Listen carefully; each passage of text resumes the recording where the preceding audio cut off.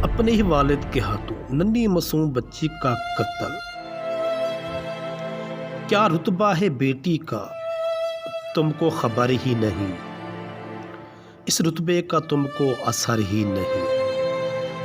खुदा खुद बनाता है नसीब बेटी का, करता नहीं तुम पर कोई जबर ही नहीं।